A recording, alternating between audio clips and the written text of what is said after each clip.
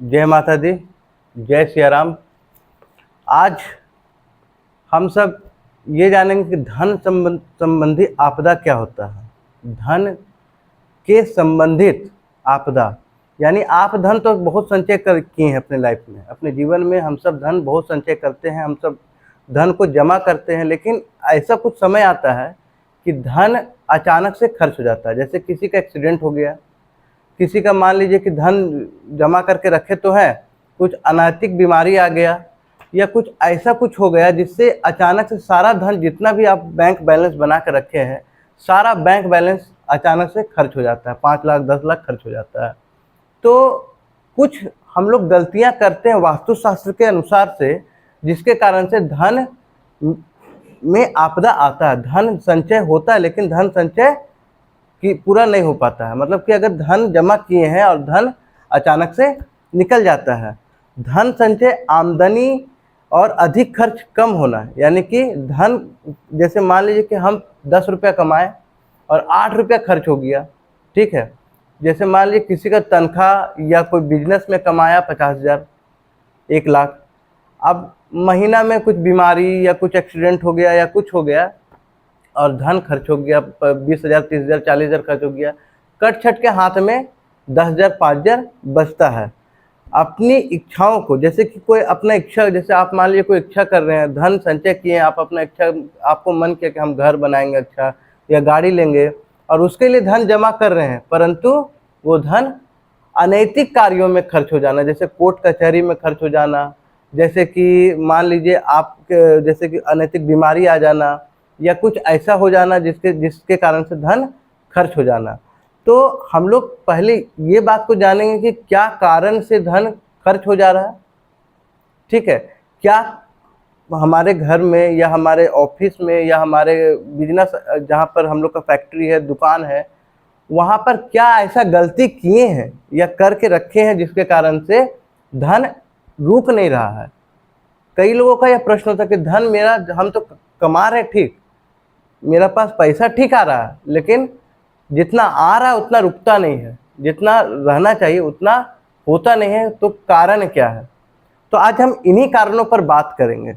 कुछ कुछ छोटे छोटे पॉइंट्स है, आप सब ये सब जाने ये बात को और अपने लाइफ में इम्प्लीमेंट करें, अपने लाइफ में लाएं, सुधार करें, जिससे आपको धन संबंधित आपदा का समाधान हो सके, ठीक है।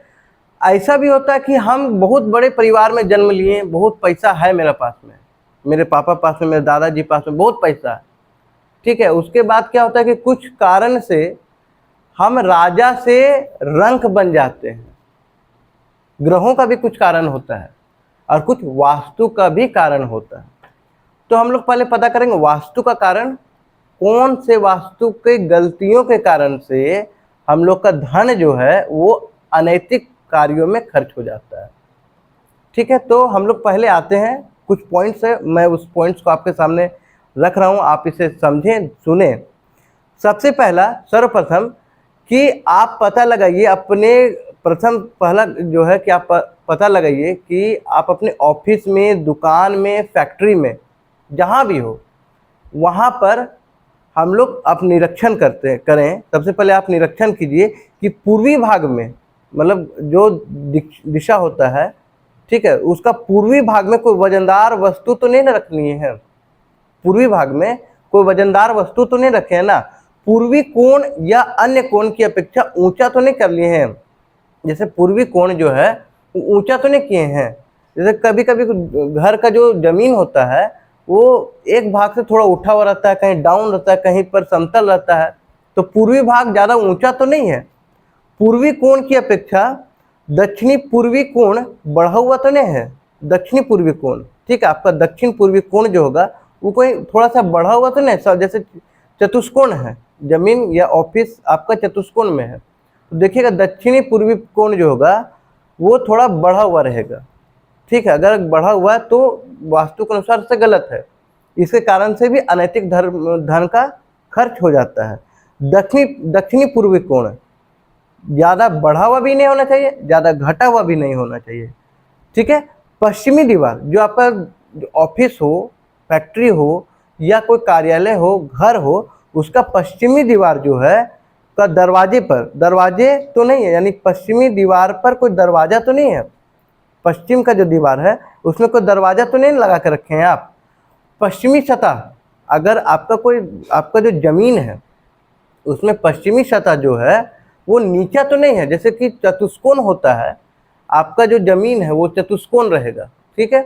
तो कुछ कुछ चीज़ है, जैसे कि हम क्या बताएं कि पूर्वी भाग में वजनदार वस्तु तो नहीं रखे हैं, पहला चीज़। दूसरा चीज़, पूर्वी कोण या अन्य कोण की अपेक्षा से ऊंचा तो नहीं है, यानी सब कोण जैसे थोड़ा थोड़ा डाउन है, वो पूर्वी कोण थोड़ा ऊंचा है, ठीक है। दक्षिणी पूर्वी कोण बढ़ा हुआ तो नहीं है, पश्चिमी दीवार पर दरवाजा तो नहीं है, पश्चिमी सतह नीचा तो नहीं है, यानी कि पश्चिमी सतह जो है आपका जमीन का जो पश्चिमी सतह होगा वो नीचा तो नहीं है ना, यानी कि ऊंचा थोड़ा बढ़ा हुआ हो तो कोई बात नहीं, लेकिन पश्चिमी सतह नीचा नहीं होना चाहिए। उत्तर पश्चिमी कोण, जो आपका उत्तर और पश्चिमी कोण जो होगा वो बढ़ा हुआ तो नहीं ना है, वो भी देखना है, ठीक है, ये सब निरीक्षण करना है। दर्पण लगी हुई अलमारी, अगर आपका अलमारी में दर्पण लगी हुई है तो गलत है, ठीक है। दर्पण लगी हुई अलमारी उत्तर पश्चिमी या दक्षिणी पूर्वी में तो नहीं लगा हुआ है, इसके कारण से भी धन का कमी हो जाता है। आप अपने अलमारी में पैसा तो रख रहे हैं, लेकिन वो पैसा रुकता नहीं है, टिकता नहीं है, पैसा रहेगा ही नहीं, ठीक है। ऐसा मतलब प्रैक्टिकली लाइफ में देखा गया है, इसलिए वास्तु में ये सब उल्लेख किया हुआ है, ठीक है। अगला सुने कि पश्चिमी या दक्षिणी पश्चिमी भाग में, यानी पश्चिमी या दक्षिणी पश्चिमी भाग में कुआं गड्ढा तो नहीं है। मैं अपने वीडियो में आपको मैंने बताया है कि कुआं किस स्थान पर होना चाहिए, पूजा घर किस स्थान पर होना चाहिए, रसोई घर किस स्थान पर होना चाहिए, अग्नि कोण में ही किचन यानी कि रसोई घर बनाना चाहिए, ये सब मैंने अपने वीडियो में बताया है, ठीक है। ऐसा तो नहीं कि पूजा स्थल, जो पूजा स्थल आप रखे हैं उसमें पूजा स्थल उत्तरी पूर्वी कोण के पूर्वी दीवार पर तो नहीं ना लगा हुआ है, ठीक है। आगे सुनिए, पूजा स्थान पर घी के दिया की जगह, जैसे कि मान लीजिए कि पूजा स्थान पर आप दिया जला रहे हैं रोशनी के लिए, तो रोशनी दिया के जगह पर बल्ब का रोशनी तो आप नहीं ना जला रहे हैं, ये भी एक वास्तु के अनुसार से गलत होता है, उसके कारण से भी लक्ष्मी जी नाराज होती है। ऐसा तो नहीं है कि पूजा एक ही पूजा स्थल, मतलब जैसे कि कोई पूजा स्थल आप रखे हैं, ठीक है, वहां पर मान लीजिए भगवान भोलेनाथ का शिवलिंग रखे हैं, अब एक शिवलिंग का जगह पर 2-3 शिवलिंग रख लिए हैं, या कोई मूर्ति है जैसे कि मान लीजिए कि आप नारायण भगवान का मूर्ति रखे हैं, या कृष्ण भगवान का बाल्य अवस्था रखे हैं, फिर उनका बड़ा वाला अवस्था रखे हैं, या उससे बड़ा वाला मूर्ति रखना या फोटो रखना कोई गलत नहीं, लेकिन एक ही चित्र का अनेक चित्र रखना वर्जित है पूजा स्थल पर, ठीक है, तो वो नहीं होना चाहिए। उसके अनुसार से भी लक्ष्मी जी, कुबेर जी थोड़ा रुष्ट होते हैं, भगवान भी थोड़ा रुष्ट होते हैं, क्योंकि अलग अलग मतलब एक ही जगह पर 4-5 मूर्ति एक ही चित्र का, यानी एक ही भगवान का 4-5 अलग अलग चित्र या मूर्ति रखने से पावर जो है, जो ऊर्जा है वो घट जाता है, इसलिए एक ही जगह पर 4-5 चित्र या 2-3 चित्र भगवान का नहीं होना चाहिए, एक ही भगवान का 2-3 चित्र नहीं होना चाहिए, ठीक है। अब एक चीज और आप समझिए, आखिरी पॉइंट है कि दक्षिणी पश्चिमी जो कोण होगा वो 90 डिग्री से अधिक नहीं होना चाहिए, दक्षिणी पश्चिमी कोण 90 डिग्री से अधिक नहीं चाहिए, 90 डिग्री से बढ़ जाएगा तो गलत हो जाएगा। तो हम लोग ये समझे कि धन संबंधित आपदा को समाधान करने के लिए ये सब चीज का निरीक्षण कैसे करें, ठीक है। 5-6 पॉइंट मैंने बताया, 15 पॉइंट, 11-12 पॉइंट बताए हैं मैंने, वो आप समझिए, उसका आप निरीक्षण कीजिए। अब हम लोग समझते हैं कि क्या करना चाहिए, ठीक है। कुछ छोटे छोटे टिप्स मैं बता रहा हूँ, इसे आप अपनी लाइफ में इम्प्लीमेंट करें।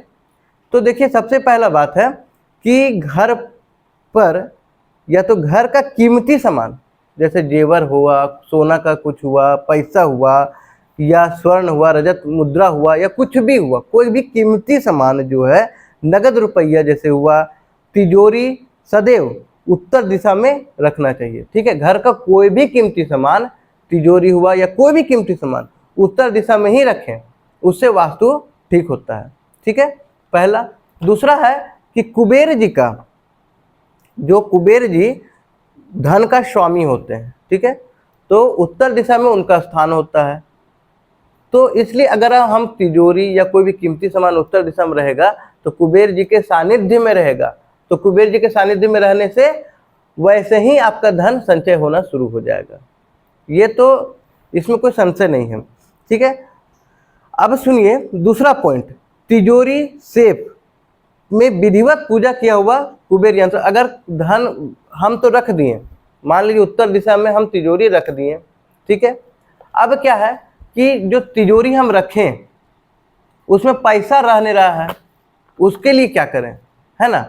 तो एक कुबेर यंत्र होता है, कुबेर जी का यंत्र होता है। उस यंत्र को देखिए, तंत्र, मंत्र और यंत्र, ये तीन चीजें। यंत्र यानी कि मशीन, मंत्र यानी कि मुख, जो हम मन से मुख से जो बोलते हैं वो सिद्ध होता है, और तंत्र यानी कि जो तांत्रिक क्रिया होता है, भूत प्रेत पिशाच या और भी कोई काली का, माँ काली का सिद्धि, ये सब तांत्रिक क्रिया होता है। तो तीन गो अध्यात्म में आज चलता है, तंत्र मंत्र यंत्र। तो आज यंत्र के बारे में बता रहा हूँ। यंत्र जो होता है वो एक मशीन की तरह काम करता है। जैसे कि हमको पैदल चलना है, मान लीजिए हमको यहाँ से दिल्ली जाना है, या हमको यहाँ से लाजपत नगर जाना है, या हमको यहाँ से कोई स्थान पर जाना है, तो हमको कहाँ कैसे चलेंगे? तीन प्रक्रिया से चल सकते हैं। या तो हम पैदल जाएं, दूसरा या तो हम साइकिल से, गाड़ी से, या हम किसी प्लेन से जा सकते हैं, ट्रेन से जा सकते हैं, और तीसरा है कि हम सीधा पानी के रूट से जाएं। ठीक है, एक चीज़ और है कि मन से भी हम लोग पहुंच सकते हैं, वो सिद्धि होता है। तो आज हम यंत्र के बारे में बता रहे हैं कि यंत्र एक मशीन की तरह काम करता है। तो यंत्र का प्रयोग आप करना शुरू करें। तो जैसे कि आप समझिए कि धन रुक नहीं रहा, धन संचय नहीं हो पा रहा, धन एक जगह रह नहीं रहा, मतलब कि धन आप रख रहे हैं लेकिन खर्च हो जा रहा है। तो करना क्या है? कुबेर यंत्र को किसी विद्वत पंडित से, विद्वत गण से, जो हमेशा मंत्र का जप तप करते रहते हैं, उनसे सिद्ध करवा लें।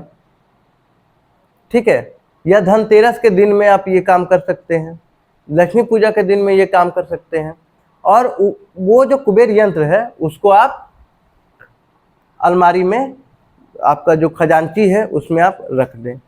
उससे आपका जो धन जो है वो रुकना शुरू हो जाएगा। कुबेर, भगवान कुबेर का आशीर्वाद मिलना शुरू हो जाएगा, उनके सानिध्य में चला जाएगा। ठीक है, तो ये आप कर सकते हैं। तीसरा पॉइंट है, जिस सज्जन के पास में धन अनेक रुपया है लेकिन रुपया रुक नहीं रहा है, ठीक है, उसको क्या करना चाहिए कि कोई ऐसा लेखक से, कोई ऐसा लेखक जो यंत्र बनाता है, ठीक है, भोजपत्र पर यंत्र बनता है, आपका तांबा का प्लेट पर यंत्र बनता है, आपका सोने के प्लेट पर यंत्र बनता है, चांदी के प्लेट पर यंत्र बनता है, और एक मिश्र धातु पर भी यंत्र बनता है। तो कोई ऐसा लेखक पंडित जो विद्वान है, विद्वत गण है, उनसे कुबेर यंत्र हाथ से बनवाएं और उनको विधिवत षोडशोपचार से पूजन करवाएं। ठीक है, और आप उसे अपने तिजोरी में, खजांची में रख दें। इससे आप देखेंगे कि आपका धन संचय हो जाएगा। तो आज हमने समझा कि धन संबंधित आपदा आने पर हम क्या क्या करें और क्या क्या ना करें। तो ये बात आप इस वीडियो के माध्यम से ये बात समझें, इसको आप अपने जीवन में उतारें, आप निरीक्षण करें अपने घर का, कार्यालय का, ऑफिस का, और उसके बाद में आप कुछ चीज़ों का इम्प्लीमेंट करें, कुछ बातों का आप ध्यान दें, कुछ बात समझें, और उसके बाद में आप अपने घर में अच्छा से भगवान सत्यनारायण का, लक्ष्मी नारायण का, लक्ष्मी गणेश का लक्ष्मी पूजन करके, कुबेर भगवान का पूजन करके, रुद्राभिषेक करवा के आप अपना घर में लक्ष्मी जी का आवाहन कर सकते हैं। भगवान नारायण का पूजा करने से माँ लक्ष्मी खुश हो जाती है। और अगर आपके घर में पूजा स्थान पर अगर थोड़ा सा जगह हो, या आप कोई भी भगवान की पूजा कर रहे हैं और अगर लक्ष्मी जी का कमी हो रहा है, लक्ष्मी जी आ नहीं रही है, लक्ष्मी जी रह नहीं रही है, तो आप एक छोटा सा उपाय करें लक्ष्मी नारायण का मूर्ति ले लें या लक्ष्मी नारायण का फोटो ले लें और अपने पूजा स्थल पर लगाएं और नित्य उनकी सेवा करें, पूजा करें। तुलसी दल को गंगा जल में भिगोकर आप भगवान नारायण को अर्पण करें, कृष्ण भगवान को आप अर्पण करें। देखिए लक्ष्मी जी अपने आप आपके पास आशीर्वाद देने के लिए चली आएगी। मैं अपनी अगली वीडियो में स्वास्थ्य संबंधित निराकरण कैसे करें वास्तुशास्त्र के अनुसार से, वो मैं अपनी अगली वीडियो में बताऊंगा। तब तक के लिए जय माता दी, अपना ख्याल रखें।